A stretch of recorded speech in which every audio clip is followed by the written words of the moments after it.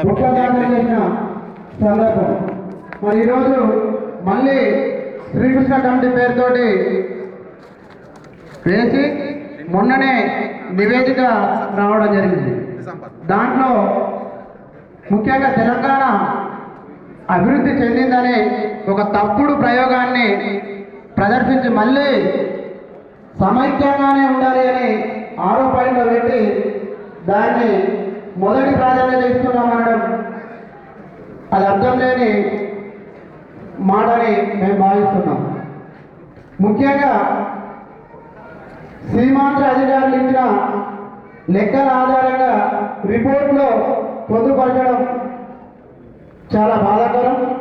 దీన్ని గతంలోనే ఉద్యోగ సంఘాలు కూడా సీమాంధ్ర అధికారుల యొక్క వివరాలు అడగడం, దాన్నే మనం గతంలో చాలాసార్లు ప్రశ్నించడం జరిగింది. మరి ఈ వివరాలు సరిగా లేవనే ప్రభుత్వంపై ఉద్యమిస్తున్న తరుణంలోనే అన్ని రంగాలలో కూడా మోసం జరిగింది అని చెప్పంగా కూడా మళ్ళీ శ్రీకృష్ణ కమిటీ ఈ అధికారుల నుంచి అవే లెక్కలు తీసుకొని మళ్ళీ మోసం చేయడానికి ఈ నివేదికలో పొందుపరిచి మళ్ళీ మనకు ఈ కమిటీ పేరుతోటి కాలయాపన చేస్తూ మరొకసారి మోసం చేస్తే మళ్ళీ మనం మోసపోవడానికి కూడా సిద్ధంగానే. గతంలో కేవలం ఒక్కరు మాత్రమే